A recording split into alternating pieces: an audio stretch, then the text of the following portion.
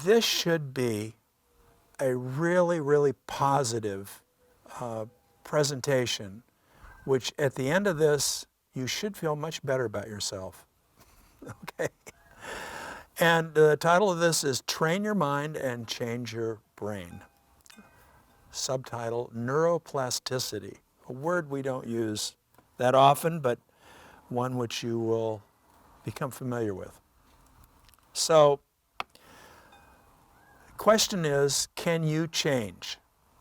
And what do you think about yourself and about other people? You know, there's all these cliches that have been around forever. Old dogs can't learn new tricks. He's set in his ways or her ways. Fried my brain on drugs, so it can't change. So this is an important question. Can you change? And do you believe you can change? And we know that what you believe has a great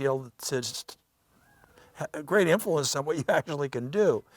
You know, it's really interesting how they train elephants. You know, you go to a carnival or something, and you see this big elephant, you know, weighs many tons, and there's a little stake in the ground or a pylon of some kind and a chain, and the elephant is attached to this chain. The elephant could pick up that and 2 or 3 cars and walk down the road with them, but he doesn't. Why? Because when the elephant is little, they attach the pylon and the chain, and the elephant at that point, being pretty frisky, tries to move it and can't move it, and after a while it accepts, when I'm chained to this pylon, I can't move it, and they stop trying. Okay? Well, I think a lot of people are kind of like that. They have been told, no, you can't change. They've accepted the conventional wisdom, you know, whatever it is, and they believe it, and they don't change. So what are some brain facts? Neuroplasticity. Well, neurons are in your brain. Plasticity means things that can move and change, you know. So the brains of young children are very plastic. They're very changeable. We kind of know that if you've been around young kids. A 1-year-old has twice the number of neuronal connections as its mother. It's amazing. We think like, oh, you know, as we're adults, got bigger heads, we should have more of that stuff, right? But it's actually the opposite. One estimate is we lose 20 billion synapses a day from childhood to early adolescence. Well, that sounds pretty bad, doesn't it? It's like having your bank account cleaned out, you know. But there's a reason for it. So here's another word you have never heard of before, probably. Hemispherectomy. What is it? Well, we know that there's 2 hemispheres in our brain, and surgery that can remove an entire hemisphere in children who suffer from uncontrollable seizures. So it's not done, this is not an operation that's done under normal circumstances. I mean, this is pretty severe. But it may be the only way for kids who are just completely, can't control the seizures any other way. If the left hemisphere is removed before the child is 4 years old, the child still learns to talk, to read, to write, even though the left hemisphere is the seat of language. After 6 or 7 years, the same operation leaves a severe language deficit. Okay, you're saying, why? Well, just a few years ago, the conventional wisdom, and this was the conventional wisdom among scientists, and I'll quote, in the adult, nerve paths are something fixed and immutable. Okay, so the paths that have been developed in your brain just stayed that way. In other words, after childhood, the brain is sort of hardwired. Well, you've heard that term before, and cannot be changed. and no new neurons are being born, so gradually the brain, as the neurons die, deteriorates. That was the conventional wisdom. But wait a minute. That is no longer the conventional wisdom. In 1999, so not that long ago, neurologists in the journal Science, peer-reviewed, very, very famous journal, we are still taught that the fully mature brain lacks the mechanism needed to replenish neurons and to reestablish neuronal networks after acute injury or due to the loss of neurons seen in neurodegenerative diseases. And you're going to see a picture here of the brain, 100 billion neurons in our brain and 100 trillion connections. Amazing. You wake up in the morning and think, man, what a piece of equipment I've got up there, okay? So what we knew was kind of a dismal picture. Rehabilitation for adults after brain damage from a stroke was a waste of time. Because again, those connections were kind of hardwired and there was nothing new happening in the brain. Trying to alter pathological brain wiring underlying some psychiatric diseases like OCD or depression could not possibly work for the same reason. But in the past few years, the conventional wisdom, no pun intended, has been turned on its head. Scientists all over the world have conducted a lot of experiments which show clearly that actions and thoughts can change the brain throughout our lifetime. Actions and thoughts. Interesting, huh? So you're seeing a picture called synaptic plasticity. Again, another term that you probably won't use much, but it's useful. So you have the neurons, and then you have this little synapse between them, and the chemical or electrical charge passes from one synapse, from one neuron to the other along the nerve cell, and that's how we think. That's how everything gets communicated up there. So monkeys have turned out to be very handy in science. I don't know, it's been so good for them, but it's been very good for science. So scientists, here's an incredible experiment. Scientists severed a nerve in several monkeys' hands. They then mapped the brains of those monkeys and found that other parts of the hand were now sending signals that were being processed in the same area that previously handled signals from the nerve that was severed. Okay? Okay. Well, that doesn't sound like hard wiring. That sounds like some rearranging. The brain is just kind of like, okay, I'm not getting a signal from there anymore. Let's just move things around a little bit. Okay? Well, that's only the start of this. In another experiment, the motor cortex of 4 monkeys were carefully mapped so they can tell what's going on and what's lighting up and so forth. Then they were given a new complex task that they had never done before, but it's pretty complicated. When they remapped the motor cortex, it showed a significant expansion in the area controlling those specific movements. So, hey, things are happening, things are changing, hence neuroplasticity, okay? The brain is kind of making arrangements. Okay, in another experiment, monkeys were deaffernated. The nerves of their arms were severed. Years later, scientists discovered that brushing one of the monkeys' face lit up the hand and arm zone. Okay? So the brain wants signals, wants input, so it just kind of moved things around. Having no signals from one region, the brain just rewired itself.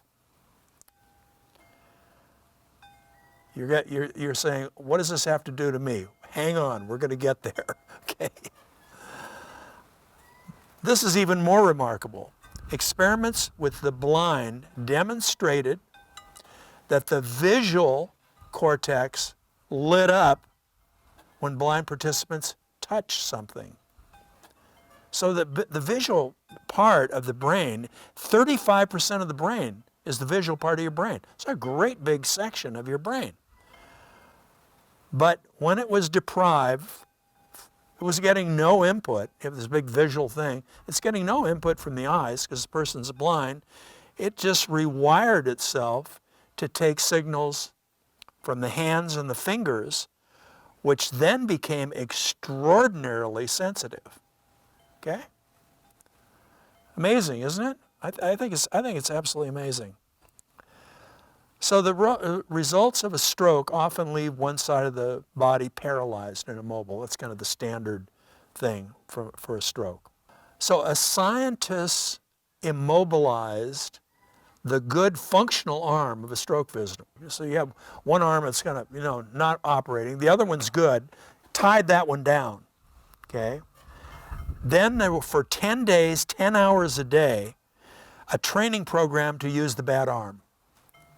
At the end of the training, victims could unscrew the cap from a bottle, raise it, and drink from it.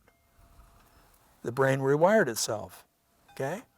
Because you were demanding it do something, and eventually it said, okay, if you keep doing this over and over again, I'll cooperate, okay? New neurons also, they discovered, are being produced in the brain, okay? So there's the idea that the brain's dying, you start off with all this stuff and it just continues to dissipate. Not the case. If you're first of all, you got to use the brain, okay? Okay. But if you do exercise your brain, it will continue to generate new growth, okay? So that's also good news. So old dogs can learn new tricks. Actually, new tricks will probably help the dog create enough more brain cells to learn new tricks. So what are the conditions for growth? This is pretty important for all of us as human beings. What are the conditions for growth? So exercising voluntarily increases the number of neural stem cells that divide and become new neurons. So this is really use it or lose it. We've all heard that before. It's true with your brain. Use it and it will continue to generate new growth. 50% of the new cells that are created die. Well, that's okay. You still have 50% in bad. But living in an enriched environment, one where the brain is constantly being challenged, helps these cells survive and become new neural cells. Okay? Can we change the effects of age? This is a particularly important question for me. Okay. Yeah, we can.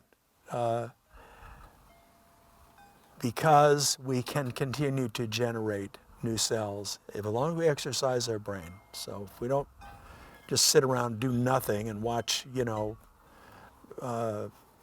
some corny TV show over and over again, well, exercise it and use it.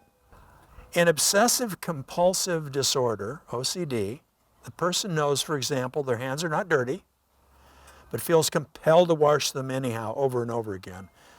Actually, it'd be very handy right now, but in ordinary circumstances, not in the middle of a pandemic, can be, you have the person who gets to their office, sits down, and then says, I know I left the stove on. Even though they kind of know they didn't leave the stove on, they've got to go back and check it. Then they come back to the office, and they're not sure whether they left it on when they went back to check it. So their entire lives are caught up in these little, compulsive, repetitive behaviors. They don't get a lot done.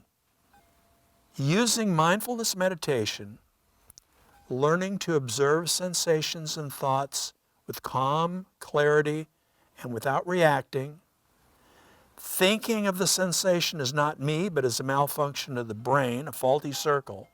So in other words, they're taught, these people who are having OCD, to meditate, which calms you down, okay?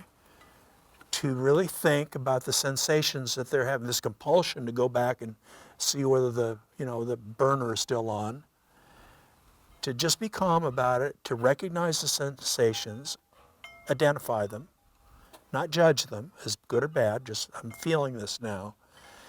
And then thinking of the sensations as, well, that's that brain problem I've got, rather than I'm a failure, okay?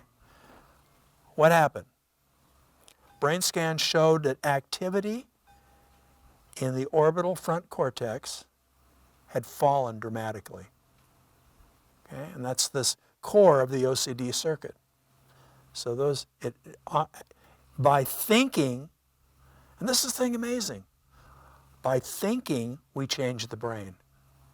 We always think is like, well, the brain changes us, but we can actually get in the driver's seat of this thing to a certain extent. So the results of thinking about the sensations in a different way actually altered the physical brain. Now, if that isn't startling, okay, depression. And you've got a slide here. It says, it's a quote from somebody severe. The pain grew and grew, and I began to experience suicidal thoughts. I realized that life for me was at a desperate impasse. I thought of the garage as a place where I might sit in the car and inhale carbon monoxide. I'd look at the rafters in the attic and think of them as places where I might hang myself. I looked at sharp objects as being implements for my wrist. Depression, not nice. Okay, Prozac. In 1987, Prozac hits the market. Soon it sells $2 billion worth of product a year. Hailed as a wonder drug. Part of the movement away from psychotherapy, quote, talk therapy, and into drug therapy, psychopharmacology. Helen Mayberg discovered in 2002 that antidepressant pills and inert pills, placebos, this is the sugar pill, have exactly the same effect on the brains of depressed people. If they thought they were getting effective therapy, then their brain activity changed. Okay? Neuroplasticity. 50% of all patients relapse into depression. 50%.